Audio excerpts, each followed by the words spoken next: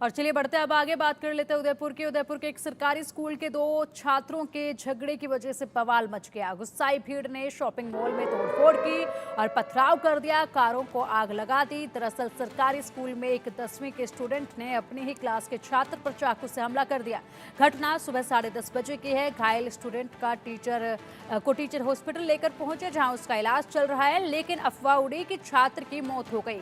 जिसके बाद छात्र ने हमला किया, वो मुस्लिम समुदाय से था। इसके बाद आक्रोशित हिंदू संगठनों ने चेतक सर्किल, हाथीपोल, अश्विनी बाजार, बापू बाजार और घंटाघर एरिया की दुकानों को बंद करवा दिया और जमकर बवाल काटा। कलेक्टर अरविंद पोसवाल ने बताया कि हमला कर फरार हुए नाबालिग छात्र को हिरासत में लेकर उसके पिता को गिरफ्तार किया गया है। पुलिस ने लाठीचार्ज कर प्रदर्शनकारियों को खदेड़ा। कलेक्टर अरविंद पोसवाल ने धारा 144 लागू कर दी। बताया गया कि दोनों नाबालिग की उम्र करीब 15 साल है। दोनों एक ही क्लास में पढ़ते हैं। जब लंच हुआ तो दोनों के बीच स्कूल के बाहर झगड़ा हो गया। इस झगड़े में एक स्टूडेंट ने दूसरे के जांघ पर चाकू से 2 से 3 बार हमला कर दिया। घायल स्टूडेंट जब चिल्लाने लगा तो टीचर वहां दौड़ कर आए और छात्र को हॉस्पिटल लेकर पहुंचे, लेकिन शहर भर में हंगामा होने लगा।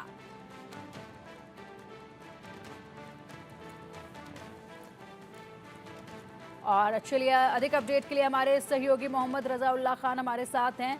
मोहम्मद, देखिए जिस तरीके से यहाँ पर महज 15 साल की उम्र थी इन छात्रों की और 15 साल की उम्र के छात्र के हाथ में चाकू देखा गया। उसने हमला किया अपने क्लासमेट के ऊपर ही, और उसके बाद सबसे बड़ी बात ये हुई कि इस पे एक बवाल नया ये खड़ा हुआ कि अफवाह उड़ा दी गई छात्र की मौत की, और उसके बाद हिंदू संगठन वहां पर आ गए, तोड़फोड़ करने लगे। बिल्कुल साफ तौर पर देखिए, जिस तरीके से अभी हाल ही में राजस्थान के उदयपुर में कन्हैया लाल हत्याकांड हुआ था, उसके जख्म अभी भरे ही नहीं थे कि उससे पहले एक और बवाल जो उदयपुर है वहां पर देखने को मिला। कल सुबह 10:51 पर जब राजकीय जो सूरजपोल इलाके में स्थित राजकीय उच्च माध्यमिक विद्यालय है, वहां पर जो दो दोस्त अपने एक साथ पढ़ते हैं, एक साथ रहते हैं, उन दोनों के बीच झगड़ा हो गया। झगड़े होने के बाद एक छोटा चाकू निकाल कर जो नाबालिग बच्चा है उसने अपने साथी की जांघ पर मार दिया। जिसके बाद प्रधानाचार्य जो है वो उसको लेकर स्कूल पहुंचे, स्कूल से अस्पताल लेकर पहुंचे। अस्पताल में जो इलाज है वो लगातार जारी है। जिसके बाद कुछ संगठनों को इस बारे में जानकारी मिली थी कि समुदाय विशेष के जो नाबालिग लड़का है उसने जो दूसरे समुदाय के लड़का है उसका चाकू मार दिया। चाकूबाजी की घटना की जानकारी मिलने पर बड़ी संख्या में जो विभिन्न संगठनों के लोग हैं वो सड़कों पर उतरे और तकरीबन 6 से 7 गाड़ियों में आग लगा दी गई। पूरे मामले को लेकर संभागीय आयुक्त की तरफ से कल देर शाम को 24 घंटे के लिए इंटरनेट बंद करने का जो आदेश है वो आदेश जारी कर दिया गया है। बड़ी बात यह कि राजधानी जयपुर से 7 जो कंपनियां हैं वो उदयपुर के लिए कल देर शाम को रवाना हो गई थी।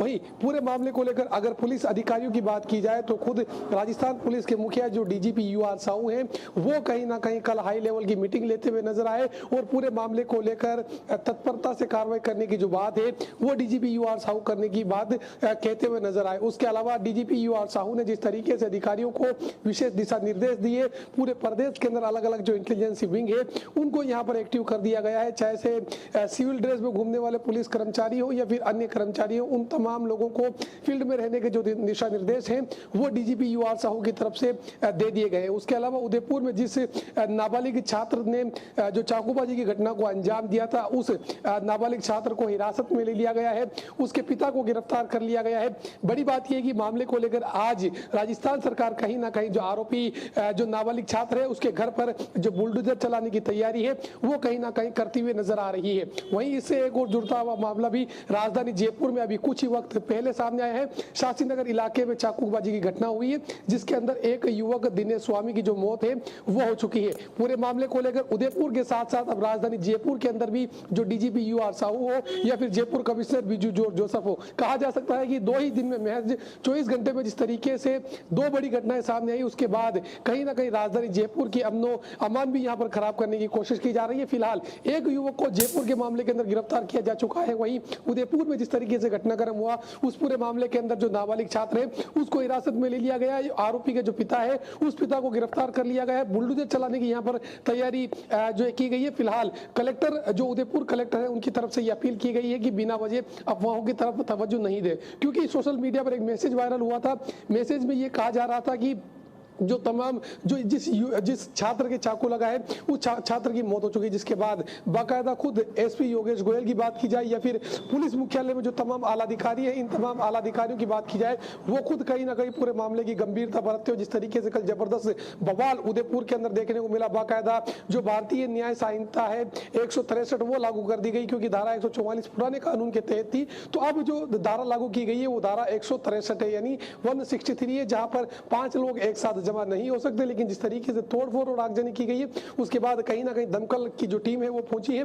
फिलहाल आरोपी जो नाबालिग छात्र है उसको हिरासत में ले गया है। पुलिस पूरे मामले की जांच करती हुई नजर आ रही है। वहीं अफवाहों पर तवज्जो नहीं देने की अपील कलेक्टर, एसपी और डीजीपी यूआर साहू की तरफ से की गई है। वहीं मामले को लेकर राजस्थान सरकार भी ठीक है। रजा, फिलहाल सड़कों पर कैसे हालात आप देख पा रहे हैं? लोगों की आवाजाही कैसी है? बाजारों में दुकानें बंद करवा दी गई थी, वहां पर दुकानों को लेकर किस तरीके से दोबारा से काम शुरू किया जा रहा है, और पुलिस की कितनी तादाद बाजारों में फिलहाल देखी जा रही है? बिल्कुल साफ तौर पर देखिए, अगर पुलिस व्यवस्था की बात की जाए तो खुद तकरीबन 13 थानों का जो जाब्ता है वो उदयपुर के अलग अलग इलाकों में तैनात कर दिया गया। उसके अलावा जब काफी कोई बड़ी गंभीर बात हो जाती है इस तरह की, जब दो समुदाय के बीच टकराव को देखने को मिलता है, तो खुद जयपुर से जो बटालियन है वो यहाँ से रवाना होती है। ऐसे में कल 7 टुकड़ियां यहाँ से रवाना हो गई। एक एक टुकड़ी के अंदर तकरीबन 250 के करीब जो जवान होते हैं वो शामिल होते हैं, जिनके अंदर चाहे आरएसी बटालियन की बात की जाए, एसटीएफ की बात की जाए, क्यूआरटी की बात की जाए, या फिर उसके अलावा सीआरपीएफ की अगर जरूरत पड़ती है तो उनको भी वहां पर तैनात की जाती है। तो 7 बटालियन, 7 कंपनियां यहां से राजधानी जयपुर से रवाना हुई है। उसके अलावा 13 थानों का जाब्ता वहां पर लगा दिया गया है, पुलिस लाइन का जाब्ता वहां पर लगा दिया गया है। चप्पे चप्पे पर जो पुलिस व्यवस्था है वो वहां पर कहीं ना कहीं जो बंदोबस्त को संभालती हुई नजर आ रही है। खुद एसपी योगेश गोयल सड़कों पर उतरे हुए नजर आ रहे हैं। फिलहाल कल जिस तरीके से मॉल के अंदर तोड़फोड़ हुई थी, कुछ गाड़ियों के अंदर आग भी लगा दी गई थी, उसके बाद कहीं ना कहीं जो माहौल है वो काफी ज्यादा बिगड़ गया था। पथराव हम लोगों को देखने को मिला था।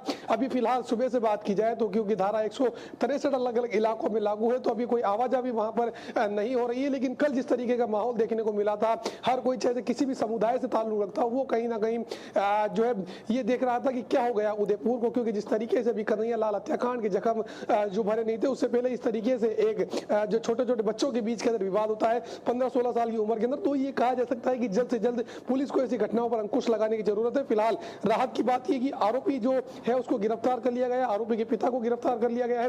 फिलहाल हिरासत में लेकर जो आरोपी छात्र है उससे पूछताछ की जा रही है। जी ठीक है रजा, शुक्रिया आपका इन तमाम जानकारियों के लिए। और अब ग्राउंड जीरो से हमारे सहयोगी अभिषेक जोशी की एक खास रिपोर्ट देखिए।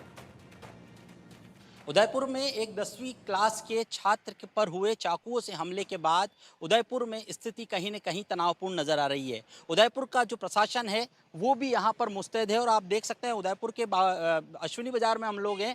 उदयपुर जिला कलेक्टर के साथ तमाम पुलिस के बड़े अधिकारी भी यहाँ मौके पर मौजूद हैं, और शांति व्यवस्था बनाए रखने का यहाँ पर प्रयास जो है वो लगातार किया जा रहा है। और उदयपुर में धारा 144 लागू कर दी गई है। हम सर से बात करेंगे। सर, 144 लागू कर दी गई है, सर अभी क्या स्थिति है? अभी आप देख रहे हो हम खड़े हैं, चारों तरफ कोई ऐसी इशू नहीं है,